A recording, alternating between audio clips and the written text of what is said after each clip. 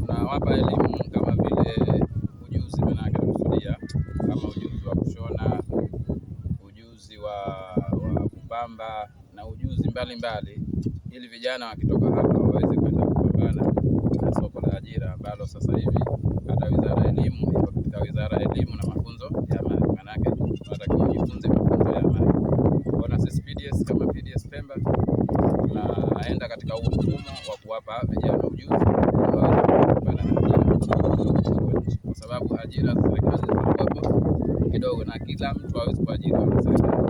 Lazima sisi tujitengezee fursa za kuweza kujikomboa na mifumo ya ajira. Hivyo sisi PDS tumeanzisha huo mfumo, na leo sisi PDS staff pamoja na volunteers wetu tumefika hapa katika eneo letu. Bado eneo hili tumekuwa tukiliandaa kwa muda mrefu kidogo kwa ajili ya kuanzisha kilimo, na bahati nzuri na watu wengi ambao wanaelewa kilimo, lakini pia mimi kama kwa nafasi yangu ya afisa mahusiano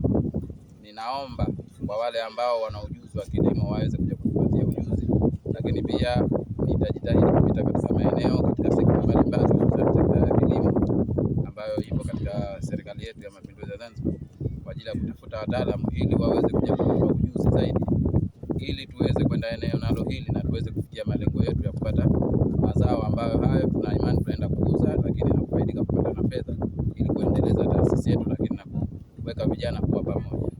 Kama unavyoona eneo hili pembeni tumejenga eneo ambalo eneo hili tutakuwa tunalitumia ni kama ofisi yetu ya kupumzika na kutengeneza mazingira ya chakula na mambo mengi, kwa sababu sehemu kama hii hatuwezi kuja tukalima dakika 3 tukaondoka, lazima tunakuwepo kwa muda mrefu. Kwa hiyo tunawaomba wadau wote wenye kuwashika mkono vijana, hususan Wizara ya Vijana Uwezeshaji, basi tuendelee kushirikiana na sisi na muweze kutushika mikono ili tuweze kufikia malengo yetu kama vijana katika kujikomboa na swala zima la ajira. Asante sana.